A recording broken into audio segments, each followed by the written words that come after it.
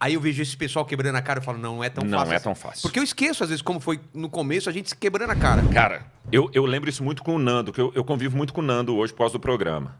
E a gente fazia aquele show, eu, você, Nando e Tortorelli. Na maior parte do tempo era nós 4. E tinha mais. Teve Igor no final, teve Marcos Castro. Mas no começo? No começo o Gun. O Gun, Murilo Gun fazia saindo. com a gente, o Gus fez. É verdade. Aí, mas a maior parte do tempo nós fizemos os 4. Desde certo? aquela época era mais a gente. Eu, você, Nando e Tortorelli.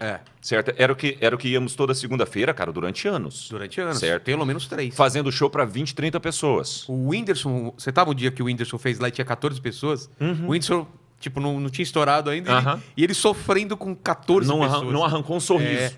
Mas isso era a nossa segunda-feira, literalmente. A gente não arrancava um sorriso. Quantas vezes o Nando ficava mal pra caramba? Porque a gente ainda, dava uma cavucada lá. Mas eu acho que ali é que todo mundo achou sua persona. É ali que a gente aprendeu a fazer comédia. A gente apanhou muito ali.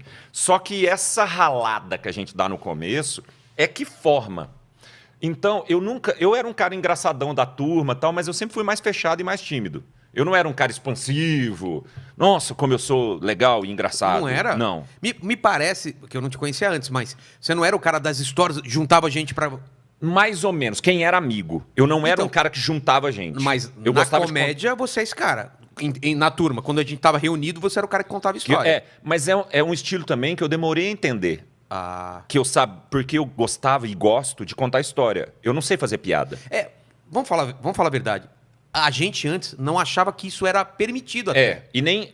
Cara, mas aí é que porque para pensar. Imagina, vou chegar eu só vou contar a história que é engraçada. A gente tinha na cabeça que tinha que ter piada, né? E aí, setup punch. E você, eu acho que...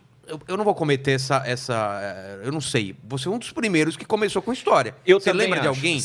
Eu lembro da galera mais antiga. E aí eu vou levantar uma coisa que é o seguinte. Eu não sou pioneiro nesse sentido, nem no violão, nem na história. Certo? Por quê? Porque quando eu comecei a fazer com essa galera de stand-up, 2010, aí sim eu fui o primeiro a pegar o violão. Né? Certo? Antes do Marrom.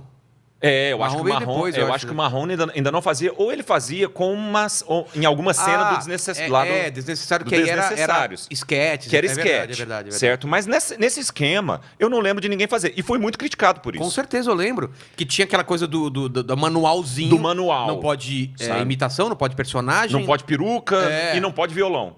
E não pode contar história. Sabe? Tinha um preconceito absurdo. Só que eu apanhei muito em 2 lugares. No bar ao vivo que a gente fazia e no Rhino Pub, que também era em Moema. Nossa, velho. Ou era muito bom, ou era... Meu Deus, desesperador. Eu vi você apanhando um dia, o Diogo bêbado apanhando. Lembra do Diogo? Lembro. Ele tava bebaço. Lembro demais dessa noite. Não entrava nada, assim. Cara, e ele não falava nada com nada. E você falando um texto de ônibus, eu acho que você pegou ônibus... Ou metrô, alguma coisa assim. Eu não lembro. Eu acho que era um texto que tava começando, eu falei, caralho. E você tem, sabe? Cavando. Mas eu errei muito lá. Porque eu experimentei muito lá. Eu lembro que uma vez eu contei uma história que não tinha o menor nexo. Todas as vezes que eu encontro o Enio... O Enio fazia. Aí, e ele zoava muito depois, né? Ele era um cara que não poupava. Não, cara, todas as vezes, até hoje, 10 anos se passaram, eu encontro o Enio e ele fala, conta do negócio do leão.